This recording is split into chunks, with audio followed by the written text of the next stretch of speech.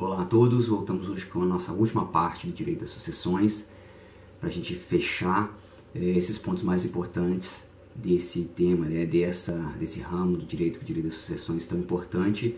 Lembra que o meu objetivo aqui não é esgotar o direito das sucessões, mas trazer ferramentas para que você consiga ter, né, uma visão ampla do que são os institutos de direito de sucessão, fazer as suas provas, fazer OAB, fazer concurso.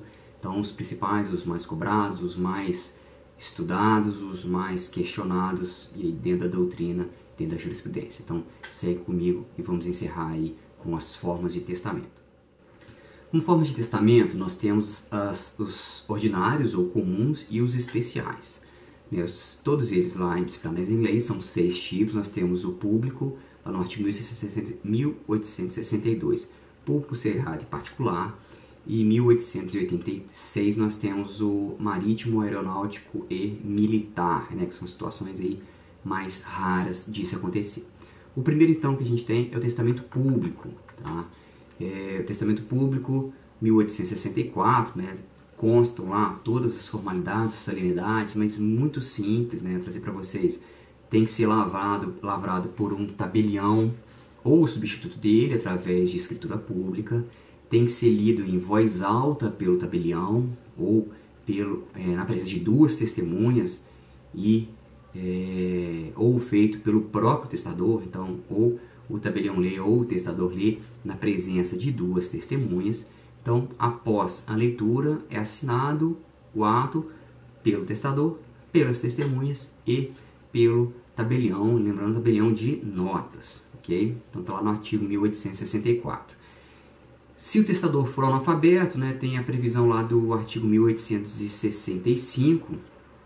Então, se ele não puder assinar, isso será declarado pelo tabelião, né? Lembrando que o tabelião ele tem fé pública. Testamento de surdo, né, vai ser feito pelo testador, né, junto com as testemunhas. Testamento de cego, o cego só é permitido, e tem observação, para o cego só é permitido testamento público. Por quê? Porque vai ter a presença do tabelião e a presença das testemunhas. Então, o tabelião e as testemunhas aí, eles funcionam como um suporte para que não haja nenhum tipo de abuso, de fraude, e ele sendo público, ele é aberto, então isso possibilita aí essas pessoas com necessidades especiais de realizarem um ato, ok? Guilherme, com relação ao testamento público, com relação a todos os testamentos, a gente começa pelo público, todos eles começam a ter as suas solenidades, as suas exigências legais, suas formalidades flexibilizadas. Então nós temos aí, vou colocar para vocês, decisão do STJ a gente tem uma de 2010 e uma de 2017, a de 2007 mais recente, da ministra Nancy Andrighi, possibilitando aí quebra de formalidades, né? Então tem lá na ementa, vícios formais que não comprometem a rigidez do ato ou põem em dúvida a vontade do testador, nulidade afastada. Então toda vez que eu falar aqui dessa quebra de exigências legais, quebra de formalidades, solenidades por parte aceitas, né, por parte do STJ ou do STF, o objetivo, né, o principal nas decisões é sempre aqui a manutenção da vontade, objetivando a vontade, a última vontade do testador. Então nós temos aí decisões 2010 e 2017 com relação ao testamento público. Com relação ao testamento cerrado, ou testamento místico, né, é um testamento que ele só é aberto na hora, só é aberto após a morte. Então está lá no artigo 1868. Não tem muita aplicação prática, então ele é feito no tabelião, com 2 testemunhas, tem um ato de aprovação e recebimento por parte da testemunha, mas ninguém sabe o conteúdo, né? Então é um testamento não muito utilizado e muitas vezes ele padece de inúmeros defeitos, vícios de nulidade. Então acaba que, como ele não tem essa publicidade, ele é muito questionado, tá? Sobre revogação tácita do testamento cerrado. Então o testamento cerrado ele será considerado revogado se ele for, né, se for expressamente dito, né, dito pelo testador, ou se ele abrir antes da morte, ou se ele dilacerar, né, o testamento antes da morte. Então, sim, são atos que demonstram que o testador não mais quer aquele testamento, ele revogou aquele testamento. Com relação a esse, temos também flexibilização das formalidades, das solenidades por parte dos tribunais superiores? Sim, temos. Tá? Então, vou deixar para vocês. 2010, também, terceira turma, temos aí uma decisão do STJ e a outra de 99, uma decisão mais antiga. Assim como eu falei anteriormente, quando a gente falou de testamentos a duas mãos, quando, no vídeo anterior, né, quando não se tem uma utilização desse tipo de instituto, desse tipo de testamento, também não temos uma grande variedade de julgados dos tribunais superiores, nem jurisprudência, né, porque nesse caso uma decisão lá de 99 flexibilizando, mas demonstra, através de julgados dos tribunais superiores, uma tendência a flexibilizar essas solenidades, essas formalidades dentro dos testamentos, desde que seja mantida a rigidez do ato, desde que seja mantida, demonstrada que essa era a vontade do testador. Okay? Testamento particular, que é o próximo. O terceiro tipo de testamento, né, comum é o testamento particular, ou testamento hológrafo. Por quê? Porque é um testamento de forma escrita, ou era de forma escrita, né? Claro que aqui a gente está considerando aqui ainda uma tendência menos tecnológica, mas é possível que ele seja feito de próprio punho ou feito num computador, né? Seja digitado. Então, antes do computador já era aceito ele digitado através de meios mecânicos, né, como máquinas de escrever, que hoje são só peças de museu, mas ele é aceito de forma particular, ou seja, eu não preciso ir até um tabelião.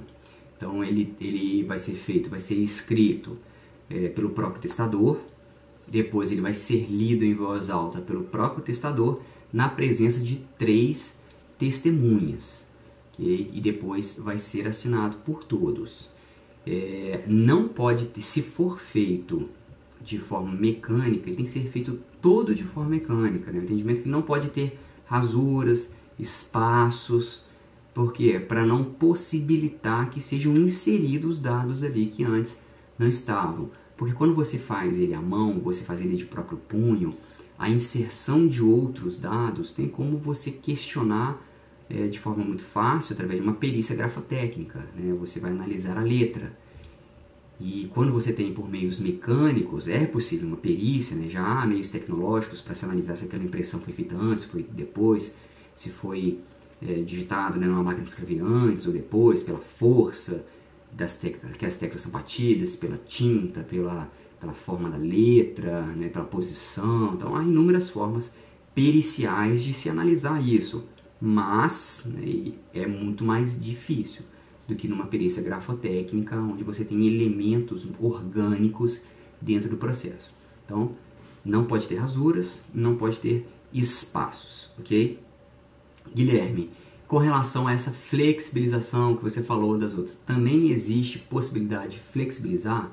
Também há uma possibilidade de flexibilizar com relação até ao número de testemunhas, né? Nós temos decisões aí, STJ 2010, temos decisão, né, eu vou colocar aí para vocês também, de 2006, então são decisões aí um pouco mais recentes que também demonstram. É um testamento mais comum de ser feito porque não necessita que você vá até um cartório, vá registrar, seja feito na presença do tabelião.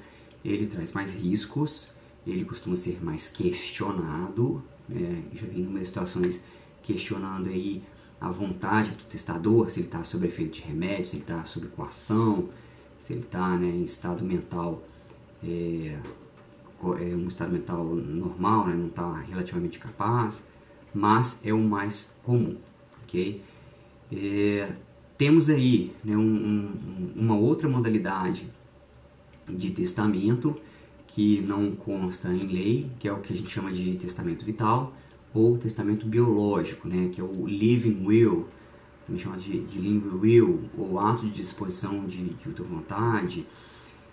O que é esse testamento? Esse testamento ele é mais estudado quando a gente trabalha lá no Direito Civil 1, parte geral, quando nós falamos lá de a pessoa ser obrigada ou não a se submeter a tratamento médico que coloque em risco de vida, mas é um tipo de testamento, é um testamento que já é positivado, por exemplo, nos Estados Unidos, em Portugal, né? Portugal ele está bem na frente dessa questão do testamento vital, que é quando você põe chamada diretrizes antecipadas, né, de última vontade, onde através de um testamento você se diz não querer se submeter a certos tipos de tratamento ou a certos tipos de medicações. Isso está vinculado ao direito da personalidade, da morte digna.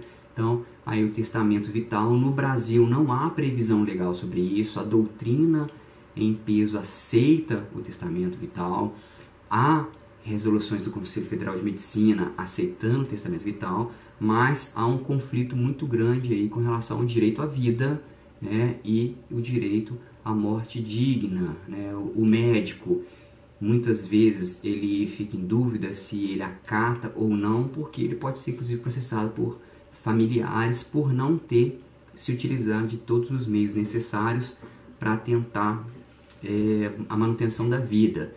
Então há um conflito muito grande com relação à aceitação ou não do testamento vital. Há um trabalho doutrinário muito intenso sendo feito em cima disso. Acredita-se, né, que com o desenvolvimento dessas teorias haverá uma maior aceitação por parte da doutrina, por parte da jurisprudência e, quem sabe, né, futuramente nós tenhamos aí uma positivação do testamento vital, como é feito aí em outros países como Portugal, né, onde a legislação, onde há uma previsão até de um formulário, questionários, questões a serem respondidas por parte do testador, para que isso seja feito de uma forma clara, transparente e sem, não deixe margem de dúvida de quais tratamentos serão aceitos, quais não serão, quais medicações serão aceitas, quais não serão. Então esse aí, testamento vital ou living will. Okay? Os testamentos especiais, né, que eles constam a partir do artigo 1888, a gente tem o testamento marítimo, o aeronáutico e o testamento militar. Eles são modalidades de testamento que são utilizados no caso de guerra, ou no caso de estar em alto mar, ou estar em campanha. Então são formas que o legislador deu para que essas pessoas elas possam testar, né, na presença de oficial, de testemunhas, né, por estarem em local ermo e não conseguirem realizar um testamento conforme as formalidades que eu já falei para vocês. Então, nesses casos, possibilita que ele faça em alto mar, que ele faça em missão, que ele faça aonde ele esteja, na presença de um oficial, na presença de testemunhas, né, toda uma formalidade. E todos eles caducam, né, depois de certo tempo. Então, por exemplo, o artigo 1891 fala: caducará o testamento marítimo, o aeronáutico, se o testador não morrer na viagem, nem nos 90 dias subsequentes ao seu desembarque em terra, onde possa fazer de forma ordinária outro testamento. Então, todos eles possuem formalidades. Então, aconselho uma leitura lá dos artigos, mas são formalidades para que eles possibilitem, para que se possibilite que seja realizado um testamento por essas pessoas em campanha, fora do país, em alto mar, mas eles retornando ao solo brasileiro, retornando a um local onde eles possam realizar um testamento com as formalidades que já foram vistas aí anteriormente, esse testamento ele caduca, ele perde os seus efeitos. Então são os testamentos especiais, estão no artigo 1888 e seguintes. Cláusulas restritivas no testamento. Então é possível fazer um testamento criando algumas restrições a aqueles bens. Então lá no artigo 1848 temos: salvo se houver justa causa, o testador não pode instituir cláusulas sobre os bens da legítima. Quais cláusulas são essas? Inalienabilidade, impenhorabilidade e incomunicabilidade. Então, inalienabilidade é a impossibilidade, né, de alienar bens a terceiros. Impenhorabilidade, o próprio nome já diz, não é possível penhorá-los.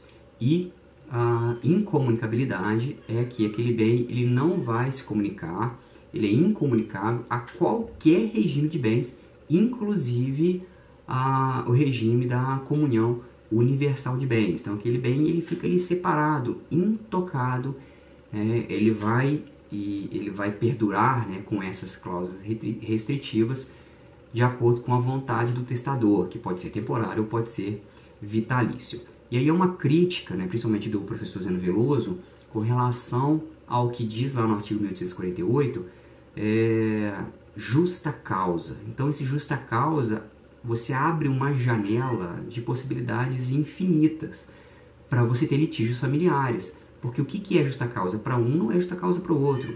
Você abriu aí uma janela, né, muito subjetiva para dizer se é justa causa ou se não é justa causa, né? Então isso aí foi muito criticado, é muito criticado, né? Tipo, uma inovação do Código de 2002, mas uma inovação muito não positiva, né? Uma inovação com um caráter aí realmente de aumentar litígios relacionados a esses direitos na sucessão.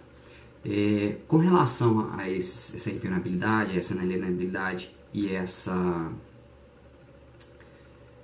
incomunicabilidade, o STJ já tinha decidido, né, a gente tem a súmula 49 do STF, o STF já tinha decidido que a cláusula de inalienabilidade incluía a de incomunicabilidade e também a de impenhorabilidade. Então, na verdade, já havia um entendimento de que se você diz que é incomunicável o bem, se você instituir a incomunicabilidade daquele bem, você automaticamente, por interpretação do STF aí, antiga, você também estaria dizendo que, olha, ele é incomunicável, então ele é impenhorável, então ele é inalienável, ok? Mas o Código Civil, ele preferiu explicitar isso tudo, lá no artigo 1848. Então o artigo 1848, ele possibilitou, né, e de forma explícita, a inserção de cláusulas de inalienabilidade, incomunicabilidade, impenhorabilidade, desde que haja justa causa. Então esse justa causa realmente abriu uma janela e aí muito criticada pela doutrina. Okay? Então, primeira observação aqui. Essas cláusulas, instituídas as cláusulas, né, a cláusula de inalienabilidade, impenhorabilidade ou de incomunicabilidade, elas são vitalícias ou são temporárias? Elas podem ser vitalícias ou podem ser temporárias, tá? Isso aí já é aceito dos tribunais superiores, né? Tem julgado de 96, tem um julgado de 2016 do STJ. Se for vitalícia, por ser uma cláusula, né, de cunho pessoal, a morte do beneficiado extingue a cláusula. Então, se eu no meu testamento coloco cláusula de incomunicabilidade, impenhorabilidade, inalienabilidade numa casa para o meu filho, então durante a vida dele essas cláusulas terão validade. Quando ele morrer, esses bens vão passar para os herdeiros dele sem essas cláusulas, a não ser que ele coloque também as cláusulas para os herdeiros dele. E se for temporária, eu tenho que informar, né, durante tanto tempo, ou até que isso aconteça, até que o meu filho tenha um filho, ou até que ele case, ou até que ela case. Então é possível criar aí essas questões temporárias, já é pacífica, ok? O próprio artigo, lá no parágrafo 2º, ele possibilita o quê? O juiz afastar essas cláusulas, né, de acordo com um justo motivo, uma justa causa. E aí a gente tem decisões aí entendendo como a função social da propriedade como motivação para você poder afastar a cláusula de inalienabilidade.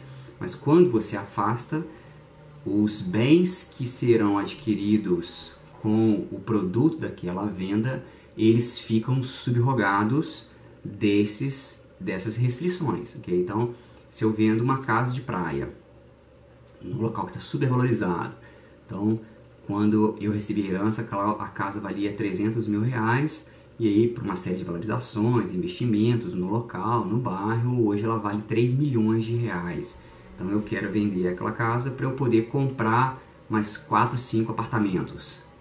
É possível? É possível, mas eles vão se subrogar dessas restrições que eram da casa originária. Okay? Segunda observação, essa justa causa, ela também se aplica a doações? Então vamos entender. Então aí, uma questão. Se eu fizer uma doação e essa doação constar cláusula de inalienabilidade, impenhorabilidade, incomunicabilidade, eu preciso colocar justa causa? Por quê? Porque lá em doação não há essa previsão, não há essa restrição, só aqui nas sucessões. Então, o entendimento, apesar de que há algumas decisões de tribunais estaduais no sentido de exigir a justa causa para a inserção dessas cláusulas restritivas na doação, a posição da doutrina, e aí não são muitos que falam sobre isso, seria de que não seria necessária, porque você estaria restringindo a autonomia privada e cláusulas restritivas não podem ser interpretadas de forma extensiva. Eu estaria restringindo aí a utilização desse instituto. Então, há uma divergência, não há um entendimento com relação a isso. Isso ainda é debatido e questionado, mas dentro da doutrina e dentro da jurisprudência nós temos dentro dos tribunais, do judiciário, nós temos esse conflito, uns entendendo que sim, outros entendendo que não, que a doutrina, os tribunadores mais modernos, mais contemporâneos, eles começam a interpretar nesse sentido de que seria uma cláusula restritiva e não caberia isso à doação. Você poderia instituir essas cláusulas de incomunicabilidade, impenhorabilidade, com base na autonomia privada e fazendo uma justa causa e genérica, não seria problema. E aí uma observação final aqui com relação até ao direito intertemporal. Como nós vimos a justa causa, ela foi uma inovação trazida pelo Código Civil de 2002, como ficam os testamentos onde houve estipulação de cláusulas restritivas, de impenhorabilidade, inalienabilidade e incomunicabilidade no Código Civil, sob a égide do Código Civil de 16, que não tinha necessidade da justa causa, e foi aberto após 2002, sobre a égide do novo Código Civil, que é o Código Civil de 2002. Como fica essa questão? Quando a gente trabalha lá a escala pontiana, os requisitos de validade, segundo degrau, existência, validade e eficácia, a validade, ela é analisada no momento do ato. Então, as formalidades, elas vão ser analisadas relacionadas ao Código Civil de 16, mas os efeitos, eles são analisados de acordo com o Código Civil de 2002. E aí a gente está no plano de eficácia, quando a gente fala efeitos aí, do testamento. E o próprio Código Civil, ele resolveu disciplinar essa questão lá no artigo 2042, onde ele dispõe que essa necessidade, o disposto lá no artigo 1848, aberta a sucessão no prazo de 1 ano após a entrada em vigor deste código, ainda que o testamento tenha sido feito na lei anterior, teria que editar. Então, o que acontece? Se o testamento foi feito durante o Código Civil de 1916, inserida a cláusula de inalienabilidade, por exemplo, após a entrada em vigor do Código Civil de 2002, esse testador ele teria que ter editado esse testamento, inserido essa justa causa, ok? Guilherme, ele não fez isso, ele não inseriu essa justa causa. Quais são os efeitos? O testamento é nulo? O testamento é anulado? Não. Aí há até uma questão, uma dissidência, se seria ineficaz ou se seria nula essa cláusula. O testamento ele continua válido, só que a cláusula restritiva, não havendo o requisito da justa causa, ele será reputado ineficaz, ok? Ou seja, não terá efeitos, não haverá restrição inserida no testamento, né? O Flávio Tartucci, ele entende, divergente da doutrina, entende que a cláusula seria nula de pleno direito e não ineficaz. Mas a gente já tem aí decisão do STJ, da ministra Nancy Andrighi, uma decisão de 2009, aonde ela reconheceu a aplicabilidade desse artigo, a aplicabilidade da necessidade de justa causa posterior, né, inserção da justa causa posterior, e a não inserção foi reputado como ineficaz a cláusula, ou seja, sem efeitos. Okay? Então esse entendimento aí é um julgado que temos do STJ que demonstra aí um posicionamento por parte do judiciário. Okay? Aqui eu encerro o direito das sucessões, essa parte principal, essa análise desses institutos principais, longe de esgotar o tema, contudo é o suficiente, que serve como base para eventuais provas do OAB, provas de concurso, são os pontos principais do direito das sucessões. Um abraço, continue nos acompanhando nos nossos vídeos e até a próxima.